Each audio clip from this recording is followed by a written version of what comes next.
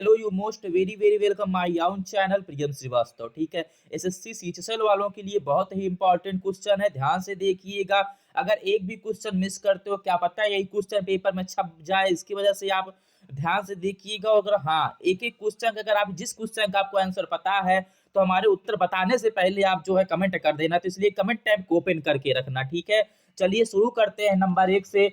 तो पहला क्वेश्चन है हमारा, पृथ्वी पर दिन और रात होते हैं। क्या दिया गया है? पृथ्वी पर दिन और रात होते हैं। ठीक है, अब विकल्प दे दिया गया है हमें नंबर 1 पे दैनिक गति के कारण, नंबर बी पे है हमारा वार्षिक गति के कारण, नंबर सी पे है हमारा छमाही गति के कारण, नंबर डी पे है तिमाही गति के कारण। ठीक है फ्रेंड्स, तो आपका विकल्प जो राइट है हम आपको बता दें, ये है नंबर 1। ठीक है, क्या है? दैनिक गति के कारण जो है पृथ्वी पर दिन और रात होते हैं फ्रेंड्स। ठीक है, अगर ये उत्तर जो है आपको पता हुआ होगा तो आपने कमेंट जरूर किया होगा, तो मैं रोज से हरदम चेक करता हूं। आप मेरा कोई सा भी वीडियो देख लेना, हर एक वीडियो मैंने हर एक कमेंट का रिप्लाई दिया है, तो ये मत सोचना कि मैं चेक नहीं करता हूं। हर एक का कमेंट मैं चेक करता हूं, हर एक का रिप्लाई जाता है। ठीक है, चलिए दूसरा क्वेश्चन देखते हैं। तो दूसरा क्वेश्चन है, सबसे बड़ा ग्रह क्या कौन सा है? ठीक है, क्या दिया गया है? सिंपल क्वेश्चन है, पर कोई नहीं, बहुत से लोगों को ये भी नहीं पता है सबसे बड़ा ग्रह कौन सा है। ठीक है, ध्यान देने वाली बात यह है, अगर आप ये सोच रहे हो मैं आपसे सूर्य पूछ रहा हूं, तो आप बिल्कुल गलत सोच रहे हो, क्योंकि विकल्प में सूर्य तो है ही नहीं। तो विकल्प नंबर 1 में दिया गया बृहस्पति, और बी पे दिया गया पृथ्वी, और सी पे दिया गया यूरेनस, और डी पे दिया गया शुक्र। तो आप बताओ भाई, कौन सा बड़ा ग्रह है? नहीं पता ना, कंफ्यूज हो? पता है तो कमेंट करो। चलो ठीक है, दे बताता हूं मैं। इसमें जो राइट आंसर है वो भी हमारा 1 नंबर ही है फ्रेंड्स। क्या है? 1 नंबर ही। सबसे बड़ा ग्रह इन चारों में कौन सा है? तो बृहस्पति हमारा जो है सबसे बड़ा ग्रह है। ठीक है, ए नंबर हमारा राइट है। चलिए तीसरा क्वेश्चन देखते हैं, तीसरे क्वेश्चन की ओर बढ़ते हैं। सबसे तीसरा क्वेश्चन नंबर देखेंगे, सबसे छोटा ग्रह है। ठीक है, क्या दिया गया है? सबसे छोटा ग्रह है। अब आपको कमेंट में बताना है, आपके पास मैं 5 सेकंड का टाइम देता हूं, आप कमेंट में जल्दी से बताओ कि सबसे छोटा ग्रह कौन सा है। ठीक है, चलिए ठीक है, टाइम इज ओवर। ठीक है, विकल्प नंबर जो इसमें है आपका सी राइट है। जो बुध ग्रह होता है वो अपने सौर मंडल का फ्रेंड्स सबसे छोटा ग्रह है। कौन सा? बुध जो ग्रह है हमारे, ठीक है, जो सौर मंडल का जो ग्रह बुध है वो सौर मंडल का सबसे छोटा ग्रह है। ठीक है, चलिए नेक्स्ट क्वेश्चन देखेंगे। चौथे नंबर पे क्वेश्चन दिया गया है, अगुलहास धारा किस महासागर में बहती है? 1 मिनट, सॉरी फ्रेंड्स। ठीक है, तो सॉरी, क्योंकि एक लोगों ने मुझे डिस्टर्ब कर दिया, पर कोई नहीं। देखिए, अगुलहास धारा किस महासागर में बनती है, ये पूछा गया। एक अगुलहास एक धारा होती है जो बहुत ही बड़ी धारा मानी जाती है फ्रेंड्स। ठीक है, और इसी को आपको बताना है कि किस महासागर से बनती है। ठीक है, विकल्प नंबर 1 में दिया गया है प्रशांत महासागर, बी में है हिंद महासागर, और सी में है आर्कटिका महासागर, और डी में है अन्य। ठीक है, अब बताओ इसका राइट आंसर क्या है? जिसको फटाफट से पता हो कमेंट बॉक्स में पिन करो। अब चलो उत्तर को मैं रिलीज करता हूं, तो उत्तर इसका बी राइट आंसर है, हिंद महासागर से फ्रेंड्स। कहां से? हिंद महासागर से जो अगुलहास धारा है वहां से बन करके चलती है। ठीक है, चलिए 5वें नंबर क्वेश्चन की ओर बढ़ते हैं। 5वां नंबर क्वेश्चन हम देखेंगे कि पृथ्वी का सबसे भीतर वाला भाग क्रोड किसका बना होता है? जिसे आप पाताल लोक भी बोलते हो। पाताल लोक के बीच में एक क्रोड होता है। क्या होता है? उस भाग को, बीच के भाग को हम क्या बोलते हैं? क्रोड बोलते हैं। ठीक है, अब आपको यह बताना है कि पृथ्वी का सबसे भीतर वाला भाग क्रोड किसका बना होता है। ठीक है, अगर आप भूगोल पढ़ के आए हो तो आपको 100% क्वेश्चन पता होगा। पता है तो प्लीज तुरंत फटाक से कमेंट में पिन करो, मैं सबका आंसर चेक करता हूं, ये मत भूलना। ठीक है, विकल्प नंबर 1 में दिया गया है हमारा तांबा और जस्ता, बी पे दिया गया है निकेल और तांबा, सी पे दिया गया लोहा और जस्ता, डी पे दिया गया लोहा और निकेल। ठीक है, तो अब बताइए विकल्प कौन सा सही है? चलिए कोई नहीं, मैं बताता हूं। इसका जो राइट आंसर वो डी है हमारा, लोहा और निकेल। क्या है? लोहा और निकेल से बना हुआ है। कौन सा भाग? जो पृथ्वी के सबसे बीच का भाग, जिसे हम भीतरी भाग भी बोल सकते हैं, उसके एक भाग को क्रोड बोलते हैं। तो वो क्रोड जो है लोहा और निकेल का बना। ठीक है, चलिए 6वें नंबर क्वेश्चन की ओर बढ़ते हैं। और फ्रेंड्स, 6वें नंबर क्वेश्चन बढ़ने से पहले आपको बता दें, अगर आप हमारे चैनल पर प्लीज नए हो यार, तो प्लीज चैनल सब्सक्राइब करके लाइक का बटन दबा के बेल आइकन को हिट कर लो यार, क्योंकि मोस्ट इंपॉर्टेंट क्वेश्चन जो होते हैं वो छांट छांट के आपके लिए लाते हैं, और ऐसे बताते हैं आपको कि 100% आपके दिमाग में घुस जाए। चलिए 6वां नंबर देखते हैं, सब्सक्राइब कर लेना यार नहीं किए हो तो। 6वां नंबर देखेंगे, मैग्नीज के उत्पादन में भारत का दूसरा स्थान है, ये प्रथम देश कौन सा है? क्या पूछा गया है? देखिए आपको 2 क्वेश्चन इसमें मिल जा रहे हैं। ध्यान दीजिएगा कि मैग्नीज के उत्पादन में भारत का दूसरा स्थान है, ठीक है, ये राइट है, ध्यान देना। मैग्नीज के उत्पादन में भारत का दूसरा स्थान, बट ये पूछ लिया गया है कि प्रथम देश कौन सा है भाई, प्रथम कौन सा? चलो दूसरा तो मैंने बता दिया, प्रथम आपको बताना है। विकल्प दे दिया गया है फ्रांस, बी में है रूसी संघ, सी में है कनाडा, डी में है संयुक्त राज्य अमेरिका, ठीक है। 5 सेकंड का टाइम देता हूं। अगर आप जी के जीएस में बहुत बड़े महारथी लगाते हो तो कमेंट करके बताओ कि मैग्नीज के उत्पादन में भारत का दूसरा स्थान क्या है। और हाँ, गूगल मत करना, गूगल मत करना। चलिए ठीक है, देते हैं आपको 5 सेकंड। 5 सेकंड का टाइम यहीं समाप्त होता है। तो आप बता दें छठवें नंबर का जो हमारा राइट आंसर रहेगा वो बी रहेगा, रूसी संघ। क्या रहेगा? रूसी संघ जो है भारत के बाद जो भारत का नंबर दूसरा है, जो प्रथम है, जो मैग्नीज उत्पादन में सबसे प्रथम है वो रूसी संघ है। यानी रूस जो है भारत के दूसरे नंबर पर रखा हुआ है, अपना प्रथम नंबर पे है मैग्नीज के उत्पादन में। चलिए कोई नहीं, 7वें नंबर की तरफ बढ़ते हैं। 7वां नंबर क्वेश्चन देखेंगे, निम्नलिखित में से कौन देश कोयले का सबसे बड़ा उत्पादन है? अगर इसको आप नहीं बता पाए तो क्या बताऊं मैं, कोई नहीं, ध्यान से देखिएगा। ये ज्यादा लॉन्ग था, इसकी वजह से मैंने इसे जूम आउट कर दिया है, पर कोई नहीं, समझ में आ रहा होगा, ठीक है। देखिए 7वें नंबर पे दे दिया गया है कि निम्नलिखित में से कौन सा देश कोयले में सबसे बड़ा उत्पादन है? नंबर 1 पे है ब्राजील, बी पे है भारत, सी पे है अमेरिका, डी पे है चीन। बताइए। तो जो विकल्प नंबर हमारा राइट है, आपको बता दें 7वें का हमारा राइट आंसर सी होने वाला है, अमेरिका। मुझे पता था आप भारत कमेंट में लिखने जा रहे हो, पर ऐसी गलती कभी मत करना। भारत जो है तीसरे नंबर पे आता है कोयले उत्पादन के क्षेत्र में, ठीक है। अगर आप सोच रहे हो भारत में बहुत ज्यादा कोयला है, तो ऐसा नहीं है। भारत में बहुत ज्यादा कोयला नहीं, तो हीरा बहुत ज्यादा पाया जाता है, ठीक है। आपको बता दें जो सी है, अमेरिका जो है सबसे ज्यादा कोयला उत्पादन क्षेत्र करता है, ठीक है, मतलब देश है जो सबसे ज्यादा कोयला का उत्पादन करता है, ठीक है। 8वें नंबर क्वेश्चन की तरफ बढ़ेंगे। और हाँ, जिन जिन लोगों ने भारत को कमेंट किया है, कमेंट डिलीट कर दो, ठीक है, और नया कमेंट करो अमेरिका, ठीक है। चलो 8वें नंबर क्वेश्चन की ओर बढ़ते हैं। तो 8वां देखेंगे हम, इनमें किसको जापान का मैनचेस्टर कहा जाता है? क्या पूछा गया है? इनमें किसको जापान का मैनचेस्टर कहा जाता है? फ्रेंड्स ये 100% आपको आना चाहिए, क्योंकि मैं हर एक वीडियो में समथिंग नहीं तो 8-10 वीडियो में इसको रिवाइज किया है, आप लोगों को बताया है। अगर आप हमारे वीडियो पर डे देखते हो तो 100% बता ले जाओगे, नहीं देखते हो तो नहीं बता पाओगे, ठीक है।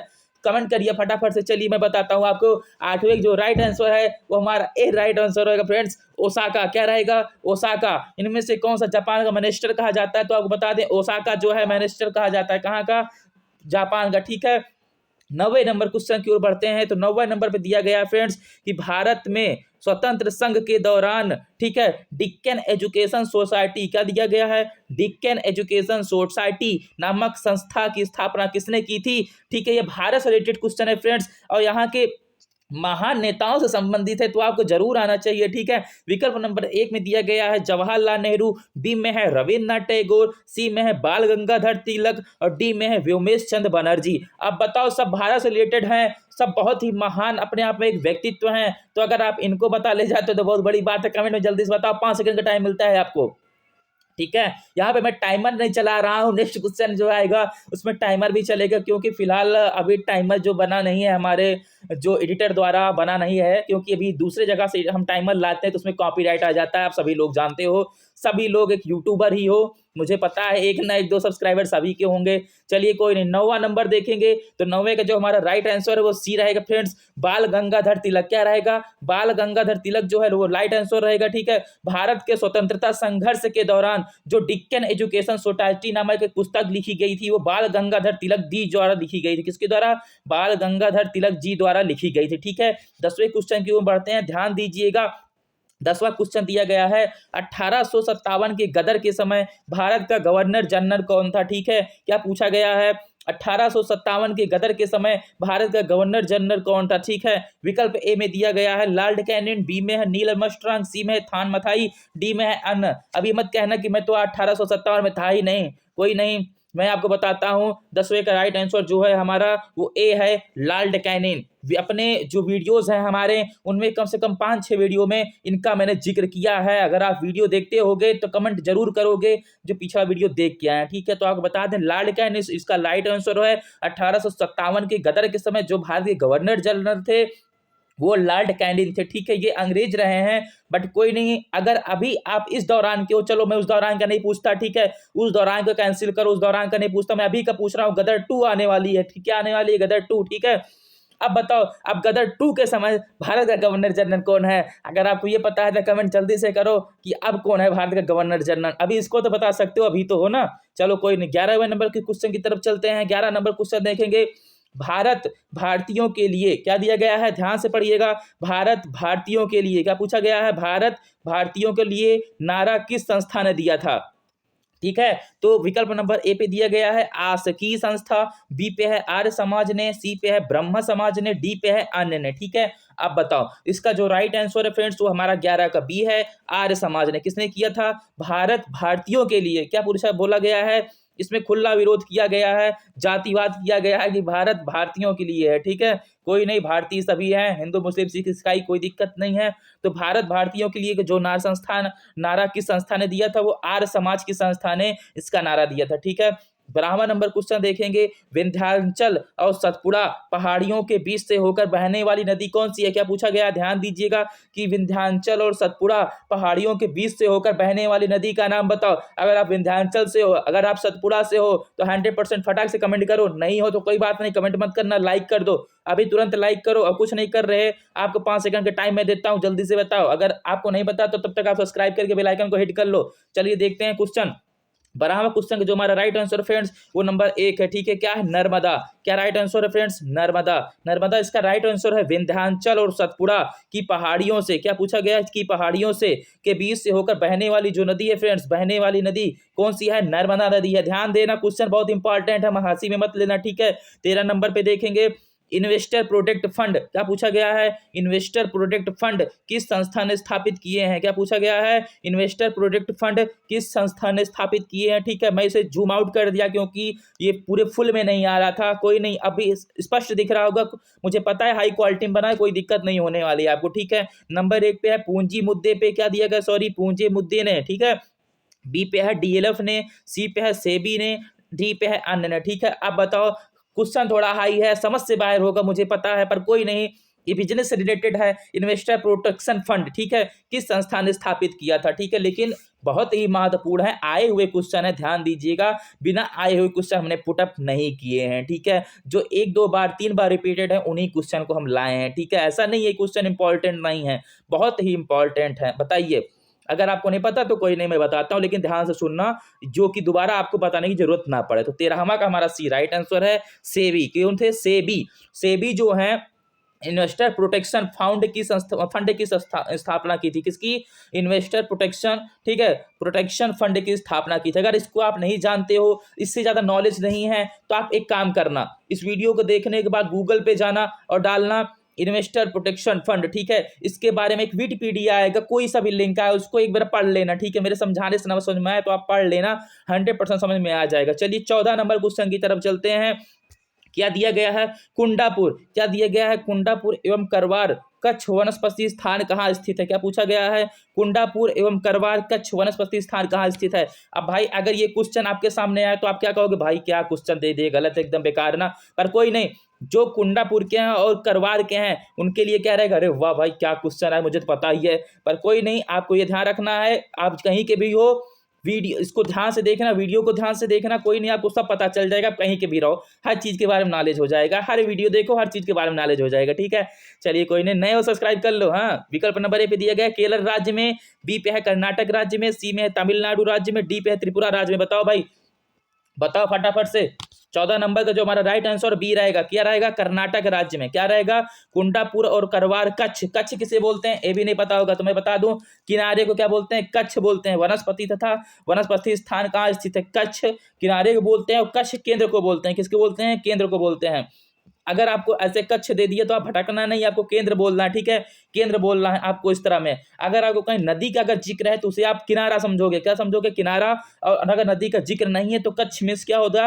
केंद्र होगा। ध्यान दीजिएगा, भटकना नहीं हर एक क्वेश्चन से, क्योंकि इसी तरह कच्छ वच्छ लिख करके क्वेश्चन को फंसाया जाता है, आपको फंसना नहीं है। 15 नंबर पे देखेंगे, भारत की प्रथम बहुउद्देशीय परियोजना किस नदी पर बनाई गई थी? क्या पूछा गया है? भारत की प्रथम बहुउद्देशीय मतलब बहुत सारे उद्देश्य से परियोजना किस नदी से बनाई गई थी? किस नदी पर बनाई गई थी? ठीक है। क्या मतलब है नहीं? ऐसा नहीं है, है भी। बनाई गई थी, है भी। ठीक है। तो विकल्प नंबर ए पे दे दिया गया, ध्यान से देखिएगा। कावेरी नदी, बी पे है गंडक नदी, सी पे है दामोदर नदी, डी पे है यमुना नदी। अभी आप यमुना नदी के किनारे रहते हो तो आप बताओ, कावेरी नदी के किनारे रहते हो तो आप बताओ, दामोदर नदी के किनारे बसे हो आप तो बताओ। पर कोई नहीं, अगर आप किसी पे भी नहीं बसे हो तो मैं बता दूंगा 15वां नंबर का। किसी पे बसे हो तो कमेंट करना फटाक से, और किसी पे नहीं बसे हो तो लाइक करते रहो। ठीक है। तो जो 15 का राइट आंसर है वो हमारा सी रहेगा, दामोदर नदी पे क्या है? प्रथम, भारत की प्रथम बहुउद्देशीय परियोजना जिसको बहुत सारे उद्देश्यों के लिए उपयोग किया जाता है तो दामोदर नदी है। कौन सा फ्रेंड्स? दामोदर नदी जो है बहुउद्देशीय परियोजना है भारत की सर्वप्रथम। ठीक है। चलिए 16 नंबर क्वेश्चन देखेंगे हम।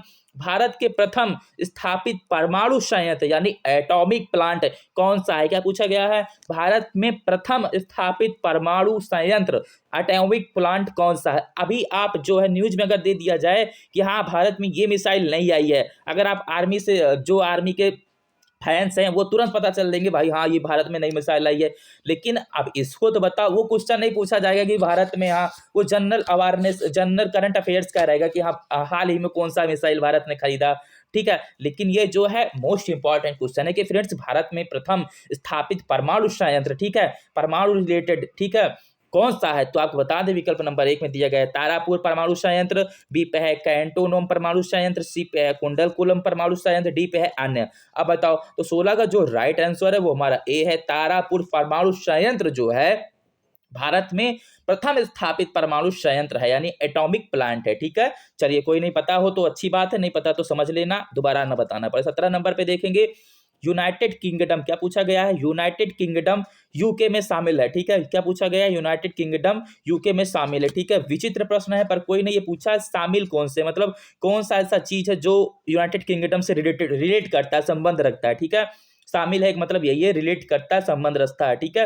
विकल्प नंबर ए पे है इंग्लैंड तथा उत्तरी आयरलैंड। ठीक है। बी पे है उत्तरी आयरलैंड तथा वेल्स, सी पे है स्कॉटलैंड तथा वेल्स, डी पे है ए और बी। मुझे पता है आपको किसी में को भी ऐसा ऐसा कोई ऐसा वीडियो जो देख रहा है मेरा, वो एक ऐसा है ही नहीं जिसको पता हो ये क्वेश्चन, पर इसीलिए मैं आपको बता देता हूं, पर ध्यान से देख लेना क्योंकि ये दोबारा अगर पेपर में छपे तो आप कर लो। ठीक है। तो 17 का जो हमारा राइट आंसर डी है, क्योंकि ए और डी कौन सा, ए और डी यानी कि ए ही। ठीक है। इंग्लैंड तथा उत्तरी आयरलैंड जो है, इंग्लैंड और उत्तरी आयरलैंड ये यूनाइटेड किंगडम से जुड़े हुए राज्य हैं, इसकी वजह से शामिल हो चुके हैं, या वो जुड़े हुए हैं, वे शामिल नहीं हुए हैं पूर्णतः से। तो ये इंग्लैंड और उत्तरी आयरलैंड जो है वो यूनाइटेड किंगडम में शामिल हैं। ठीक है।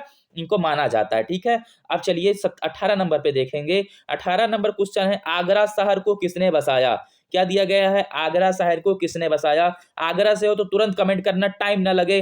ठीक है। विकल्प नंबर ए पे दिया गया सिकंदर लोदी, बी पे है अकबर, सी पे है बहलोल लोदी, डी पे है शाहजहां। अब बताओ कौन सा है? तो आगरा को जो शहर को जिसने बसाया, 5 सेकंड का टाइम देता हूँ, बाहर से रिलेटेड क्वेश्चन है, मोस्ट इंपॉर्टेंट क्वेश्चन है, फटाक से बताओ। ठीक है। तो जो 18 का हमारा राइट आंसर हो जाएगा सिकंदर लोदी हो जाएगा फ्रेंड्स। क्या हो जाएगा? सिकंदर लोदी जो है आगरा शहर को उसने बसाया था, और आगरा का नामकरण भी उसने रखा था सिकंदर लोदी ने, और उसको आगरा को एक विकासशील जो है शहर बनाया था। किसने? सिकंदर लोदी ने। ठीक है। तब से आज तक आगरा शहर ने पीछे मुड़कर नहीं देखा। 19 नंबर पे चलते हैं। तो 19 नंबर पे दिया गया है फ्रेंड्स कि राष्ट्रीय प्रतीक के निचले भाग, क्या दिया गया है?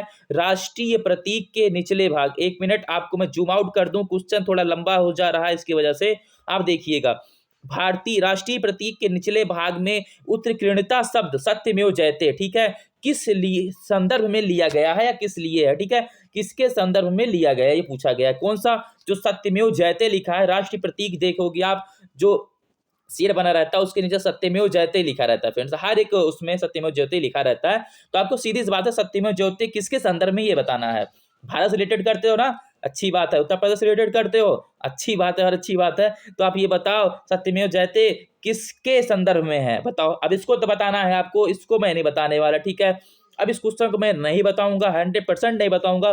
20 नंबर पे चलते हैं, इसको आपको बताना है, कहीं से भी देख करके कमेंट करना, फटाक से बैक मारो, जाए जैसे जाओ गूगल सर्च करके, लेकिन फिर से इस वीडियो में आओ, फिर से करो ठीक है, तभी मैं जानूँगा कि हाँ, आप एक भारतीय हो, नहीं तो आप विदेशी हो, ठीक है? अंग्रेज़ हो समझ लो। 20 नंबर पे देखेंगे, अशोक के शिलालेखों की लिपि क्या है? क्या पूछा गया है? अशोक के शिलालेखों की लिपि क्या है? विकल्प नंबर 1 में है गुरुमुखी, बी पे है ब्राह्मी, सी पे है देवनागरी, डी पे है आर्योग्लाइफिक्स। क्या लिखा गया है? आर्योग्लाइफिक्स, ठीक है? अब आपको बताना है 20 नंबर क्वेश्चन का आंसर, ठीक है? 10 मिनट का टाइम आपको नहीं देने वाला, मैं केवल आपको 5 सेकंड का टाइम देता हूँ, जल्दी से बताओ, ठीक है? तो 20 का जो हमारा राइट आंसर होने वाला है फ्रेंड्स, बताओ तुम, मैं बताने वाला हूँ, जल्दी कमेंट करो, ठीक है? जिसको पता हो। तो 20 नंबर का जो राइट आंसर है ब्राह्मी है। क्या है? ब्राही है, सॉरी ब्राही है, ठीक है? ब्राही जो है अशोक के शिलालेखों की लिपि है, ठीक है? जो उसमें शिलालेख अशोक के हैं, जिसमें उन्होंने शिलालेखों का निर्माण करवाया, उसको लिखवाया था। तो किस भाषा में लिखे गए हैं? उसकी लिपि क्या है? तो ब्राही लिपि है, ठीक है फ्रेंड्स? कौन सा लिपि है? ब्राही लिपि है, ठीक है? ये पार्ट यहीं समाप्त होता है। अगर आपको ये वीडियो बहुत अच्छी लगी हो तो आप एक लाइक कर देना, ना अच्छी लगी हो तो डिसलाइक कर देना और एक प्यारा सा कमेंट कर देना लास्ट में जाते-जाते, क्योंकि बहुत कमेंट कर चुके होगे आप, लेकिन एक और कर देना, ठीक है? और चैनल पे नए हो सब्सक्राइब करके बेल आइकन को हिट कर लो। मिलते हैं स्टूडियो में। एसएससी सीजीएल की तैयारी जोरों-शोरों से शुरू कर दो, क्योंकि टाइम जो है जाते-जाते पता नहीं चलता कहाँ चला जाता है इसकी वजह से। चलिए मिलते हैं नेक्स्ट वीडियो, तक के लिए जय हिंद, जय भारत, वंदे मातरम।